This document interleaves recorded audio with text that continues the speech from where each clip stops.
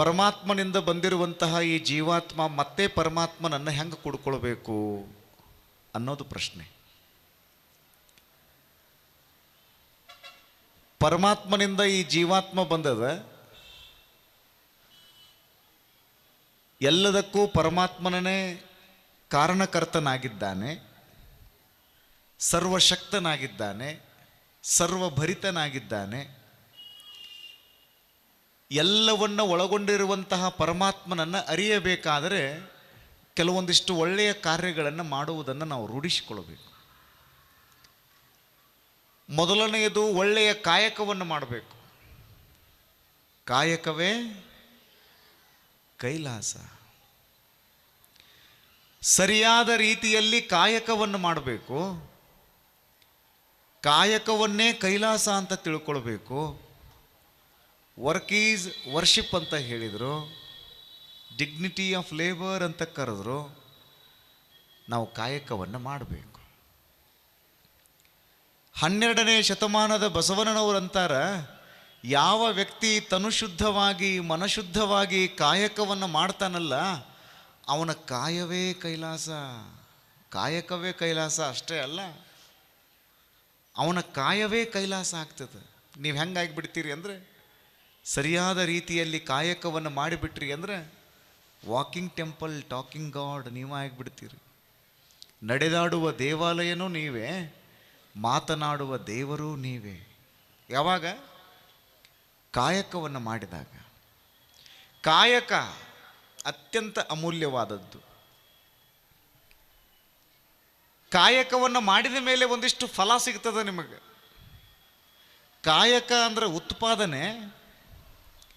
ಆ ಉತ್ಪಾದನೆ ಏನು ಬಂದಿರ್ತದೆ ಅಲ್ಲ, ಅದನ್ನು ನೀವು ವಿತರಣೆ ಮಾಡಬೇಕು. ನೀವೇ ಇಟ್ಕೊಂಡು ಕೂಡಿರೋದಲ್ಲ. ಬಂದಿರುವಂತಹ ಹಣದೊಳಗೆ ಒಂದಿಷ್ಟನ್ನಾದರೂ ಸಮಾಜಕ್ಕಾಗಿ ನೀವು ಮೀಸಲಾಗಿಡಬೇಕು. ನಿಮ್ಮ ಸಂಪತ್ತನ್ನು ದಾಸೋಹ ಮಾಡಬೇಕು. ಅದಕ್ಕೆ ನಮ್ಮ ಶರಣರು ಏನಂದರು ಅಂದರೆ, ದಾಸೋಹ ದಾಸೋಹ ದಾಸೋಹ ಅಂದರು. ಅಪ್ಪರ ದಾನ ಅಂತ ಯಾಕೆ ಅನ್ಲಿಲ್ರಿ ಅವರು, ದಾಸೋಹ ಅಂತ ಯಾಕೆ ಅಂದ್ರಿ ಅಂತ ನೀವು ಯಾರಾದರೂ ಪ್ರಶ್ನೆ ಕೇಳಬಹುದು. ದಾನ ಬೇರೆ, ದಾಸೋಹ ಬೇರೆ. ದಾನ ಮಾಡುವವನ ಕೈ ಮೇಲೆ ಇರ್ತದೆ, ತೆಗೆದುಕೊಳ್ಳುವವನ ಕೈ ಕೆಳಗಿರ್ತದೆ. ನಾವು ದಾನ ಹೆಂಗೆ ಮಾಡ್ತೀವಿ ಅಂದರೆ, ಒಂದು ರೊಟ್ಟಿ ನಾವು ಜೋಳಿಗೆ ಒಳಗೆ ಕೊಟ್ಟಿವಿ ಅಂದರೆ 100 ರೊಟ್ಟಿಗಳನ್ನು ದೇವರು ನಮಗೆ ಕೊಡ್ತಾನ ಅನ್ನುವಂಥ ಒಂದು ಸ್ವಾರ್ಥ ಭಾವನೆ ಇಟ್ಕೊಂಡು ನೀವು ಕೊಟ್ರಿ ಅಂದರೆ ಅದು ದಾನ ಆಗ್ತೈತೆ ಹೊರತಾಗಿ ದಾಸೋಹ ಆಗಂಗಿಲ್ಲ. ಇದನ್ನು ಚಲೋ ತಂಗಿ ತಿಳಿಯೊಳಗೆ ಇಟ್ಕೊಳ್ಬೇಕು ನೋಡ್ರಿ. ನಾವು ಚಲೋ ರೀತಿಯೊಳಗೆ ತಿಳಿಯಾಗಿ ತುಂಬ್ಕೋಬೇಕು. ನಾವು ಒಂದು ರೊಟ್ಟಿ ಕೊಟ್ಟರೆ 100 ರೊಟ್ಟಿ ನಮಗೆ ಹೊಳ್ಳಿ ಬರ್ತಾವನ್ನುವಂತಹ ಸ್ವಾರ್ಥ ಭಾವನೆಯಿಂದ ನೀವು ಕೊಟ್ರಿ ಅಂದರೆ ಅದು ದಾನ ಆಗ್ತೈತೆ ಹೊರತಾಗಿ ದಾಸೋಹ ಆಗಂಗಿಲ್ಲ. ಹಾಗಾದ್ರೆ ದಾಸೋಹ ಅಂದ್ರೆ ಏನ್ರಿ ಅಜ್ಜಾರ ಅಂತ ನೀವು ಕೇಳಿದ್ರಿ ಅಂದ್ರೆ, ಕೊಡವನೂ ದೇವ್ರನ, ತೆಗೆದುಕೊಳ್ಳವನೂ ದೇವ್ರನ, ಇಳೆ ನಿಮ್ಮ ದಾನ, ಬೆಳೆ ನಿಮ್ಮ ದಾನ, ಸುಳಿದು ಸೂಸುವ ಗಾಳಿ ನಿಮ್ಮ ದಾನ, ಎತ್ತು ನಿಮ್ಮ ದಾನ, ಬಿತ್ತು ನಿಮ್ಮ ದಾನ, ಸುತ್ತಿ ಹರಿಯುವ ಸಾಗರ ನಿಮ್ಮ ದಾನ. ಎಲ್ಲವೂ ಪರಮಾತ್ಮನದು ಅನ್ನುವಂತಹ ವಿನೀತ ಭಾವದಿಂದ ನೀವು ನೀಡುವುದನ್ನು ರೂಢಿಸಿಕೊಳ್ಳಬೇಕು. ಹಂಗೆ ರೂಢಿಸಿಕೊಂಡು ಬಿಟ್ರಿ ಅಂದರೆ ನಿಮಗಿಂತನೂ ಶ್ರೇಷ್ಠವಾಗಿರುವಂಥವರು ಬೇರೆ ಯಾರೂ ಇಲ್ಲ. ಕೊಡಾವ ಅಹಂಕಾರದಿಂದ ಕೊಡಬಾರದು. ಇಸಿದುಕೊಳ್ಳುವವರು ದೈನ್ಯ ಭಾವದಿಂದ ಇಸಿದುಕೊಳ್ಳಬಾರದು. ವಿವೇಕಾನಂದರು ಭಾಳ ಚಂದ ಹೇಳ್ತಿದ್ರು, ನೀವು ದಾನ ಏನು ಮಾಡ್ತಿರಲ್ಲ, ದಾನ ತೆಗೆದುಕೊಳ್ಳುವವರಿಗೆ ಮೊದಲು ನಮಸ್ಕಾರ ಮಾಡ್ರಿ, ಅವರಿಗೆ ಮೊದಲು ಶರಣಾಗತರಾಗ್ರಿ. ಯಾಕಂದ್ರೆ ದಾನಾನ ಅವ್ರು ತಗೋಲಿಲ್ಲ ಅಂದ್ರೆ ನೀವು ಯಾರಿಗೆ ಕೊಡೋರಿದ್ದೀರಿ? ಅವರು ಪ್ರಶ್ನೆ ಕೇಳ್ತಾರೆ. ಹೌದಪ್ಪ, ನೀವು ಊಟಕ್ಕೆ ನೀಡ್ತಿರಲ್ಲ, ನಿಮ್ಮ ಮನೆಗೆ ಕರೆಯಿಸಿ ಸ್ವಾಮಿಗಳನ್ನು, ಜಂಗಮರನ್ನು, ಸಂತರನ್ನು, ಶರಣರನ್ನು, ಮಹಾಂತರನ್ನು, ಮಹಾತ್ಮರನ್ನು ಕರೆಸ್ತಿರಲ್ಲ, ಅವರಿಗೆ ತಟ್ಟೆಯೊಳಗೆ ಪ್ರಸಾದವನ್ನು ಉಣಬಡಿಸಿ ಇನ್ನು ಪ್ರಸಾದ ಮಾಡ್ರಿ ಬುದ್ಧಿ ಅಂತ ತಿಳ್ಕೊಂಡು ನೀವು ಸಾಷ್ಟಾಂಗ ನಮಸ್ಕಾರ ಯಾಕೆ ಹಾಕ್ತೀರಿ ಹೇಳ್ರಿ? ನಿಮ್ಮ ಮನೆಗೇನೆ ಕರೆಸಿರ್ತೀರಿ ಅವರನ್ನು. ಅವರಿಗೆ ಇಲ್ಲ ಅನ್ನೋ ಕಾರಣಕ್ಕಾಗಿ ನೀವು ಕರೆಸಿರಂಗಿಲ್ಲ. ಅವರು ಮಹಾತ್ಮರು. ಒಬ್ಬ ಮಹಾತ್ಮ ಏನಾದರೂ ಹೊಟ್ಟೆ ತುಂಬ ಉಂಡ ಅಂದರೆ ಇಡೀ ಜಗತ್ತನೇ ಸಂತೃಪ್ತಗೊಳ್ತದ ಅನ್ನುವಂತಹ ಒಂದು ಭಾವನೆಯೊಳಗೆ ನೀವೇನು ಮಾಡ್ತೀರಿ ಅಂದರೆ ಆ ಮಹಾತ್ಮರಿಗೆ ಪ್ರಸಾದವನ್ನು ಉಣಬಡಿಸ್ತೀರಿ. ಅತ್ಯಂತ ಶ್ರದ್ಧಾಭಕ್ತಿಯಿಂದ ದಂಡವತ್ ಪ್ರಣಾಮಗಳನ್ನು ಸಮರ್ಪಿಸ್ತೀರಿ, ಪ್ರಸಾದವನ್ನು ತಗೊಳ್ರಪ್ಪ ಅಂತೀರಿ. ದೈನ್ಯ ಭಾವ, ಅಹಂಕಾರ ಇಲ್ಲ ಅಲ್ಲಿ. ನಾನು ಕೊಟ್ಟೆ ಅನ್ನುವಂತಹ ಭಾವ ಇರಬಾರದು, ನಾನು ನೀಡಿದೆ ಅನ್ನುವಂತಹ ಭಾವ ಇರಬಾರದು. ಅದಕ್ಕೆ ಬಸವಣ್ಣ ಭಾಳ ಚಂದ ಹೇಳಿದರು, ಮಾಡಿದೆನೆಂಬುದು ಮನದಲ್ಲಿ ಹೊಳೆದರೆ ಏಡಿಸಿ ಕಾಡಿತ್ತು ಶಿವನ ಡಂಗುರ. ಎಷ್ಟು ಚಂದ ಹೇಳ್ತಾರೆ ನೋಡ್ರಿ ವಚನ. ಮಾಡಿದೆನೆಂಬುದು ಮನದಲ್ಲಿ ಹೊಳೆದರೆ ಏಡಿಸಿ ಕಾಡಿತ್ತು ಶಿವನ ಡಂಗುರ. ಮಾಡಿದೆ ನೆನ್ನದಿರ ಲಿಂಗಕ್ಕೆ, ಮಾಡಿದೆ ನೆನ್ನದಿರ ಜಂಗಮಕ್ಕೆ. ಜಂಗಮಕ್ಕೆ ನಾವು ನೀಡಿದೀವಿ ಮಾಡಿದೀವಿ ಅಂತ ಅನ್ಕೋಬಾರದು. ಮಾಡಿದ್ದು ನೀಡಿದ್ದು ಮನದಲ್ಲಿಲ್ಲದಿದ್ದರೆ ಬೇಡಿದ್ದ ನೀವು ನಮ್ಮ ಕೂಡಲ ಸಂಗಮ ದೇವ. ಎಷ್ಟು ಚಂದ ವ್ಯಾಖ್ಯಾನ ಬರೀತಾರೆ ನೋಡ್ರಿ. ನಮ್ಮ ಶರಣರು ಬರೆದಿರುವಂಥ ವಚನಗಳು ಭಾಳ ಸರಳ, ಸುಂದರ, ಸುಲಲಿತ, ಸುಭಗ, ಸುಬೋಧ, ಅತ್ಯಂತ ವ್ಯವಸ್ಥಿತವಾಗಿ ಎಲ್ಲ ಚಿಂತನೆಯನ್ನು ಧಾರೆ ಎರೆದು ಬಿಡ್ತಾರೆ. ನಾನು ದೇವರಿಗೆ ಮಾಡಿದೆ ಅನ್ನುವಂಥ ಭಾವ ನಿಮ್ಮೊಳಗೆ ಬರಬಾರದು. ಮುಂಜಾನೆ ಎದ್ದ ತಕ್ಷಣ ನಾನು ಪೂಜೆ ಮಾಡಿಕೊಂಡೆ ಅನ್ನುವಂಥ ಭಾವ ನಿಮ್ಮೊಳಗೆ ಸುಳಿಬಾರ್ದು. ಹಂಗೇನಾದರೂ ಸುಳಿತು ಅಂದರೆ ನಿಮ್ಮ ಶಕ್ತಿ ಹೋಗಿಬಿಡ್ತದೆ. ದೇವರಿಗೆ ನಾನು ಮಾಡಿದೆ, ಪೂಜೆಯನ್ನು ಮಾಡಿದೆ ಅನ್ನುವಂಥ ಭಾವ ಬರಬಾರದು. ಅಂಗೈಯೊಳಗೆ ಲಿಂಗವನ್ನು ಹಿಡಿದು ನಾನು ಆರಾಧನೆಯನ್ನು ಮಾಡ್ತಾ ಇದ್ದೇನೆ ಅನ್ನುವಂಥದ್ದು ಬರಬಾರದು. ನೀವು ಸಮಾಜಕ್ಕೆ ಸಮರ್ಥ ರೀತಿಯೊಳಗೆ ಸೇವೆಯನ್ನು ಸಲ್ಲಿಸ್ತಾ ಇರುವಂತಹ ವ್ಯಕ್ತಿಗಳಿಗೆ ನಾವು ಜಂಗಮರು ಅಂತ ಕರಿತೀವಿ. ಅಂಥವರಿಗೆ ನೀಡಿದಾಗ ನಾನು ನೀಡಿದೆ ಅನ್ನುವಂಥ ಭಾವ ನಿಮ್ಮೊಳಗೆ ಬರಲಿಲ್ಲ ಅಂದರೆ ನೀವು ಎಲ್ಲಿರ್ತಿರಲ್ಲ ಅಲ್ಲಿಯೇ ದೇವರ ಪ್ರತ್ಯಕ್ಷನಾಗ್ತಾನ, ಸಾಕ್ಷಾತ್ಕಾರವಾಗ್ತದೆ. ಸಾಕ್ಷಾತ್ಕಾರ, ಅದಕ್ಕೆ ದಾಸೋಹ ದಾಸೋಹ ಅಂದರು. ಇನ್ನೊಂಚೂರು ನಿಮಗೆ ತಿಳಿಸಿ ಹೇಳಬೇಕು ಅಂದರೆ, ಕೊಡುವುದು ತೆಗೆದುಕೊಳ್ಳುವುದು ಒಂದು ಸಹಕಾರ, ಅದು ಬೇರೆ. ದಾನ ಬೇರೆ, ದಾಸೋಹ ಬೇರೆ. ರವಿವಾರ ದಿನ ಮುಂಜಾನೆ ಇಡ್ಲಿ ಮಾಡ್ಬೇಕಂತೀರಿ, ಇಡ್ಲಿ ಜೊತೆಗೆ ಸಾಂಬಾರು ಬೇಕು. ಆ ಸಾಂಬಾರಿನೊಳಗೆ ಹಾಕಬೇಕು ಅಂದರೆ ಕೊತ್ತಂಬರಿ ಸೊಪ್ಪು ಬೇಕು. ನೀವು ಫ್ರಿಜ್ ತೆಗೆದು ನೋಡ್ತೀರಿ, ಕೊತ್ತಂಬರಿ ಸೊಪ್ಪು ಇಲ್ಲ. ನೀವೇನು ಮಾಡ್ತೀರಿ? ಮಗ್ಗಲ ಮನೆಗೆ ಹೋಗ್ತೀರಿ, ಅಕ್ಕಾರ ನಾವು ಇಡ್ಲಿ ಮಾಡಾಕತ್ತಿದ್ವಿ, ಸಾಂಬಾರು ಮಾಡಬೇಕಾಗ್ಯದ, ಕೊತ್ತಂಬರಿ ಸೊಪ್ಪಿಲ್ಲ, 2 ಕಡ್ಡಿ ಕೊತ್ತಂಬರಿ ಕೊಡ್ರಿ ಅಂತ ಕೇಳಕ್ಕೆ ಹೋಗ್ತೀರಿ ನೀವು. ಆ ಅಕ್ಕಾರ ಏನು ಮಾಡ್ತಾರ್ರಿ?